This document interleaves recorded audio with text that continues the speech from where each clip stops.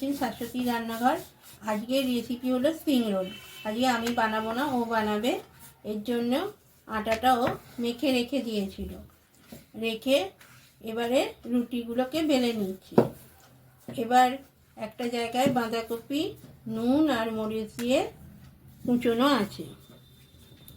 আর আটাটা যাতে আটকানো যায় তার জন্য একটা জায়গায় জল দিয়ে ময়দা মাখানো রয়েছে, অল্প জল দিয়ে। এবার ওইটাকে মুড়ে নিচ্ছে।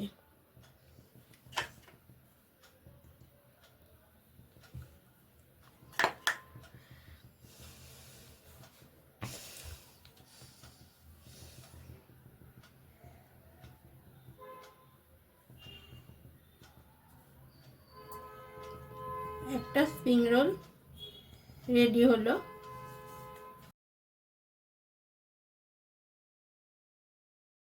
সাদা তেল দিয়েছি, দিয়ে একটু গরম হয়ে গেলে আস্তে আস্তে স্প্রিং রোলগুলো এক এক করে ছেড়ে দিচ্ছি।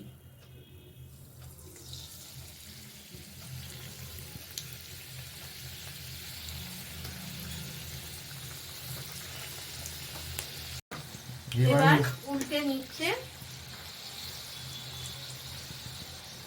উল্টে আরেকটু করে ভাজবে।